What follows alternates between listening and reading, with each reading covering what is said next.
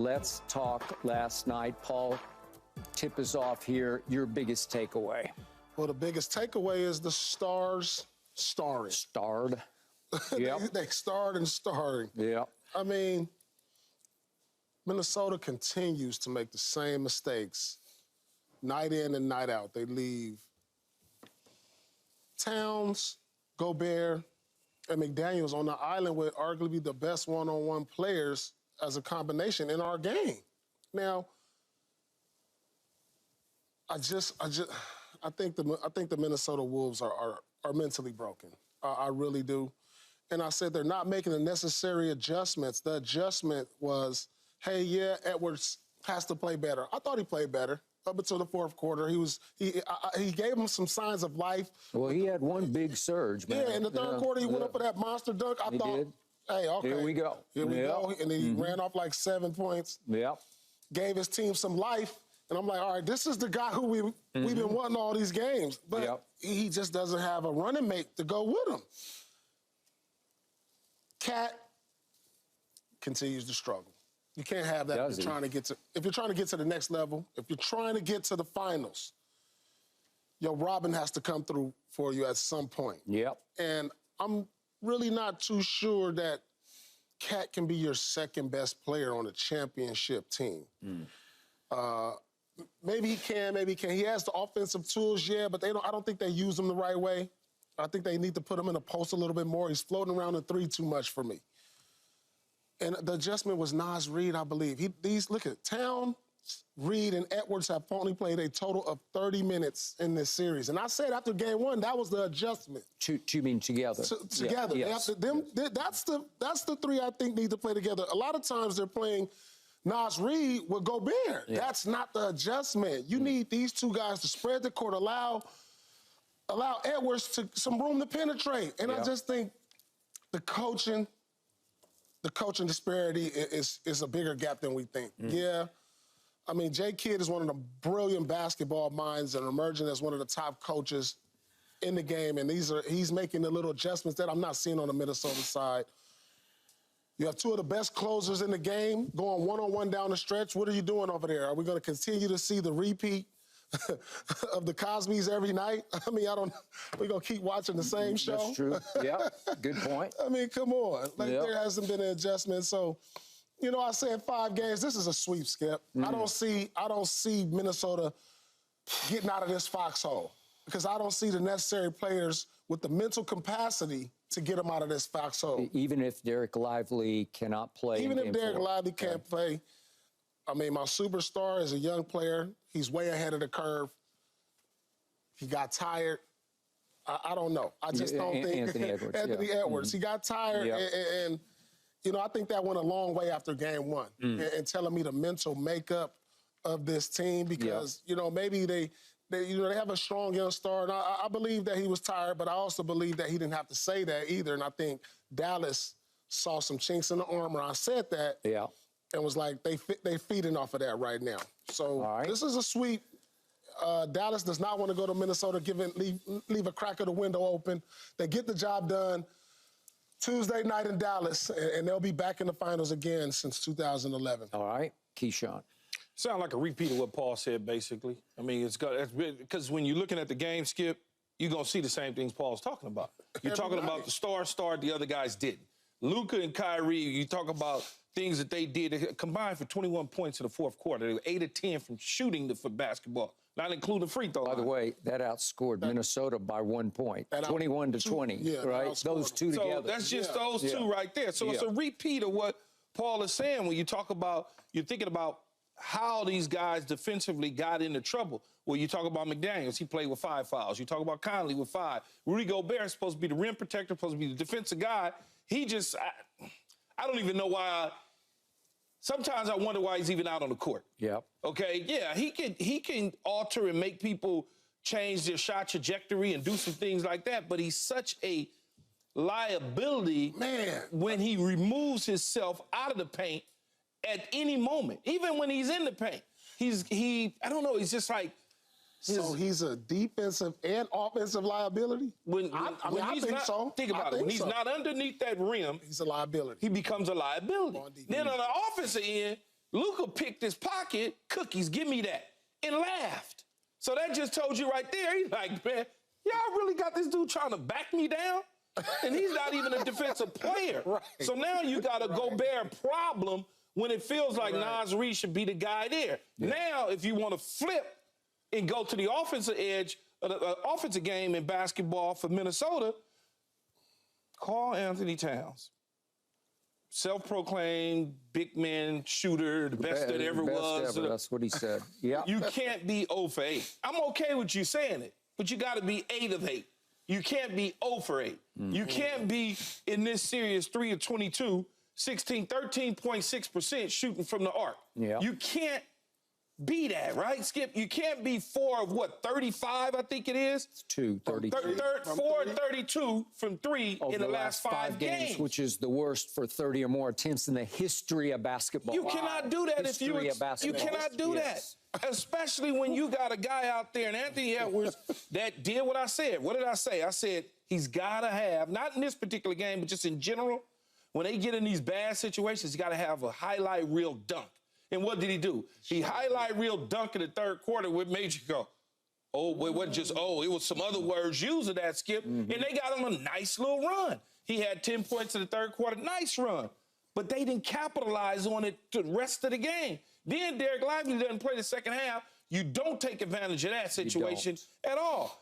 And you don't know how to get the ball out of Kyrie or Luka's hand, okay? You got to take the ball out of their hands at some point. You got to just say, I don't care.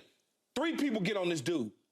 I got to, the problem is there are 2 dudes. I get it, but they're not on the court. They wasn't on the court at the beginning of the fourth quarter together. So Luka didn't play the first 3:23. So on that 3:23, I need number 11. I need y'all to just whatever y'all do, run up on him and scream. I don't care. And Kyrie went off. And then Kyrie went off. So you got to stop that, Skip. And here's what I say before you go. Yeah. Man, I got to stop the Luka hate. I got to stop it. You got to stop it. Yeah, I got to stop it. You got to stop it. In my blood, I got to just. You got to stop it. Okay, he that's got big me. of you. He got me. That's big. No, he got me, but he got to win a championship. He got me, though. He got me. Listen, I got to say this real quick. Luka got me. After he hit the shot on Gobert, then he's telling Gobert, you can't guard me in not so many words. And then he turns to the crowd and says, go home, bitches. That's what he yelled to the crowd.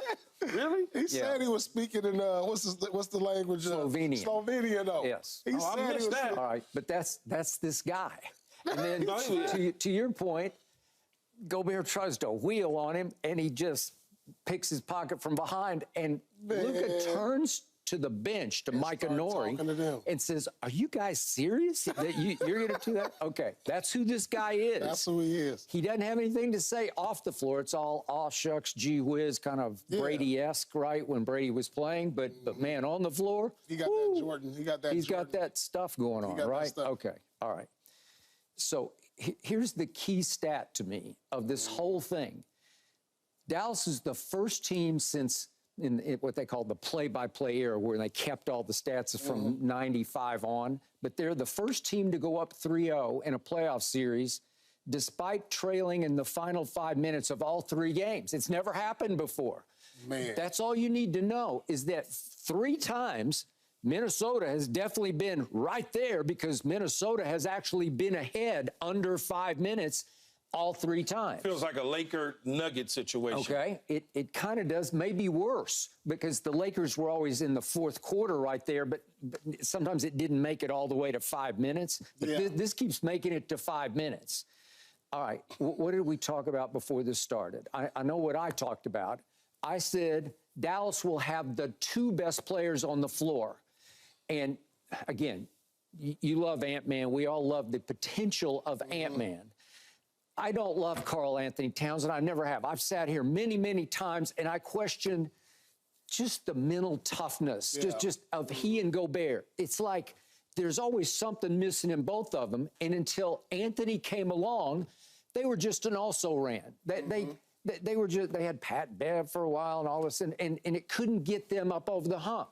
But if Anthony plays the way Anthony can play, they can get over the hump, and they got over the hump in Game 7 against Denver, obviously. Maybe that was more about Denver hitting the wall finally psychologically, but they got over the hump and into the conference finals. Okay, so now somebody has to do something down the stretch to counteract what could be, we're about to get into this in our next topic, but it could be the two best closers in the backcourt we've ever seen together.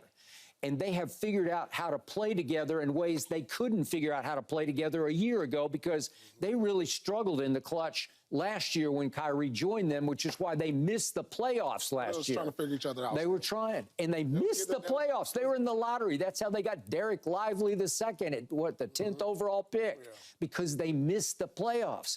Well, here they go, and they're so hard to guard, because it's now they definitely go, your turn, my turn, your turn, my turn. And it's just, listen, this is the #1 defensive team in basketball. And Jaden McDaniels made second team All-NBA defense, second team. He's really good. He's 6 feet 9 inches tall. My shock of shocks, and as Luka said after the game, was that they switched the pick on Friday night late, because Jaden McDaniels does a lot better job on Luka than Gobert will ever do out on the perimeter. And yet they switched. It was actually the first time in 18 pick and rolls that they had switched. And for some reason, Coach Finch told them in the huddle before they went out for that last play, it wasn't the exact last play because Naz Reid got a shot, but he told them, let's switch it this time. I guess he wanted to throw him a curve, throw him a different look. And so they switched Gobert onto Luka, and you know the rest of the story.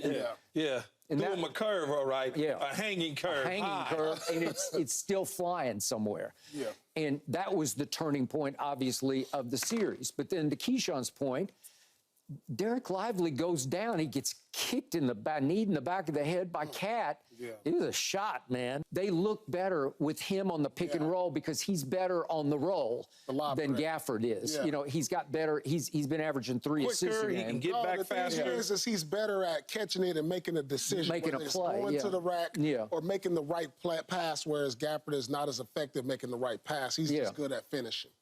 So now I'm thinking, he's their best rim protector. Gafford's really good, and PJ's pretty good. But listen, Lively is 7 feet 1 inch tall. Gafford's 6'10". So I'm thinking, okay, here we go. And then Ant-Man dunks. And we know he can dunk, but he just needs to get free, get loose. And he got loose on Gafford.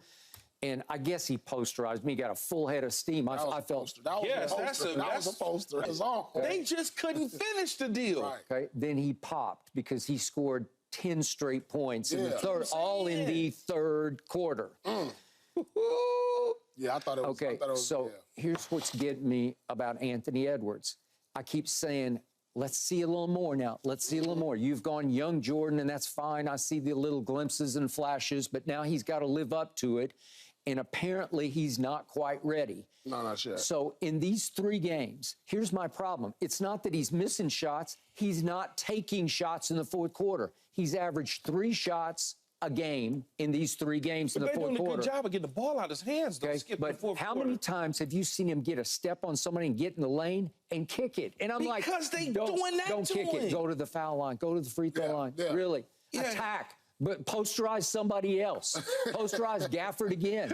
And he's done that. If you look at the course throughout the game, not just in the fourth quarter, when he's gotten a step and he's gone to the cup, it's been 3 guys corralling him, and he's still trying to make the shot. He doesn't get the foul call. And you're sitting there, you're going, well, damn, he done fell on the ground.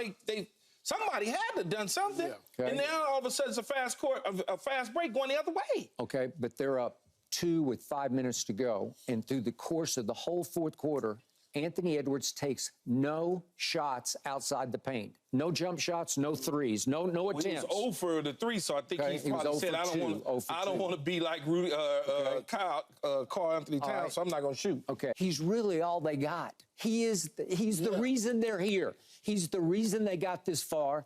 He is the reason that all those guys on the bench think we have a chance is because of him. You just have to shoot it. I don't care. Against Denver in Game 7, he went 1 for 8, but at least he was trying, and they won the game. I'd like to see Jaden McDaniels shoot the ball a little bit more. Well, I don't think it comes down to shots, because when you look at how, I mean, he shot it 26 times. But look, this is a bad matchup. Just twice in the fourth quarter, though, when the game was still on the line. It's a bad matchup. You got to look at their lineup. They have no one else that can create offense for other people. You know, Anthony Edwards usually, he had 9 assists. Like, who else can create an offensive shot for someone else? Because usually when Cat gets the ball, he's putting his head down and just steamrolling to the basket, you know, not really looking to pass too much. Jay McDaniels, he's a 3-and-D guy for the most part. We know what Gobert is. Naz Reid is a shooter who can get to the rim. Yeah. So they need more playmaking. I mean, simple as that. I love Mike Conley, and every time he shoots a 3 that matters, I think it's going in. Yeah. And he made good shots. Like he was 6 out of 11, 4 of 7 from 3. He's like 5'11". There's only so much he can do. Right? He can't take the game over. Right. And then he's a defensive liability. He is. At the age, you know, he has to guard Kyrie, and Kyrie just kind of like went at him.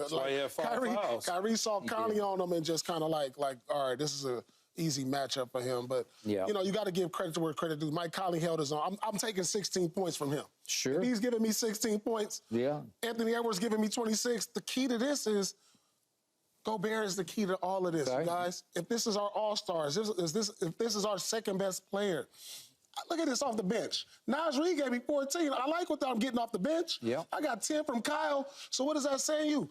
We got to make an adjustment. We got to make a tough adjustment that this ain't going to go right with somebody in the starting lineup, but I got to remove somebody from the starting lineup. All right. I think Gobert is that guy. You might need to say, all right, shoot. You already said it. Last week you said it. I said it like game 1, but then now I'm looking at the way Kyle Anderson is playing. You might have to go with them two. I wouldn't mind that. With a lineup like that down the stretch. If Karl Anthony Towns is not going to make threes, and Rudy Gobert is a defensive liability on the perimeter, the way they're putting him in position. How that even sound, though? The defensive player of the year is a defensive liability. That don't even sound right? Keyshawn, how many times you said, how is he the defensive player? And you know the funny thing, and we're going to be talking about him 10 years from now about being a Hall of Famer. I'd say. You know, if you're a four-time defensive player of the year. Defensive player of the year, but you're a defensive liability. I wouldn't have better say that about Kevin Garnett. I wouldn't better say that about Ben Wallace. You know, guys that can get out on the perimeter and defend. But it's unfortunate. He was out on that perimeter. You know, but he does his best work. He does his best work in the paint. So you got to develop defensive schemes to where he doesn't have to come out on the perimeter and switch to pick and rolls. A lot of times, you know what the players will do? You'll have the corner man, whoever's guarding the corner wing, he'll come in and switch with whoever Gobert's man is setting a pick so he can switch out onto the point guard so you can keep your big man in the paint. Or go to a zone. Go to a zone, but you have to make some type of adjustment. They tried some zone last night. Yeah, but this is just, right now, like I said earlier, the coaching disparity is greater than I initially thought, and J-Kidd is just, I don't know if it's X's or O's or just scheming his way through this playoffs. I mean, they've gotten better. Luka's gotten better as the playoffs went on. J-Kidd's gotten better. And we're going to see a Mavs versus Boston Celtics finals. It sure looks like it. And all right, to sum up last night. I can't wait. Remember, the T-Wolves won the boards last night, 33-32. That's not bad. Okay, it's not. One rebound is not a real. All right, but it's still, they did that. After the first game, they got crushed on the boards. Last night, they win points in the paint 50-40. Well, it's okay. You know, that'll work. But now, here's the bottom line stat. In the 3 games, over the last 3 minutes of these 3 games, Dallas has won 24-11. And last night, when they were down 2, with 5 minutes left, they go on a 12-1 run. Well, what do you think's going to happen? It was over with at that point. It was just over. I start getting up and moving around in the kitchen. Yeah. It's a 1, 2, 3, 4-point game, and you got Luka and Kyrie, and it seems like it's shifting back and forth. I'm confident in them. Well, God. I'm confident in them. Yeah, and Luka just gets crazy, and so is Kyrie. I mean, I know what Kyrie can do, but Luka is shooting fadeaways, falling on his butt, and J-Kidd's having to pick him up. And, 3, keep it going. Man, ball already gone. The ball was already gone. See, that's the thing. All the drama. Man, the ball was already gone. That one high shot. Everything was gone. Gobert or Towns, he shot it high. I was like, that's no way that's going in. That ball was gone. Shoot. Gone. I mean, there's no way Minnesota gets back in this. Yeah, I think it's pretty, because you got to win 4 in a row. It's over. They're not going to win 4 in a row. No. It's just not. It's just not. They're not going to win 4 in a row. Yeah. Bad bet by me, but oh well. Oh, well. Live to see another day. Hey, that's all right, boys. We just gearing up for the Boston-Dallas championship matchup. Now, look, that matchup right there, that's a team that can actually match up with Dallas. Best defensive backcourt. Got a number of players. We're going to get there, man. Calm down. All right, we'll get there. We'll get there. We're going to get there. I was kind of looking I'm at. already excited for Wait it. a second. I was kind of looking at like the Mavericks can actually match up with the Celtics, right? I don't know. I don't know. I don't know about that one. Luka But going guard out there. we'll have that conversation, Skip. Let's. Thanks for watching, Undisputed fans. Do you want more highlights from the show? Make sure to click that subscribe button for all the exclusive content from Undisputed.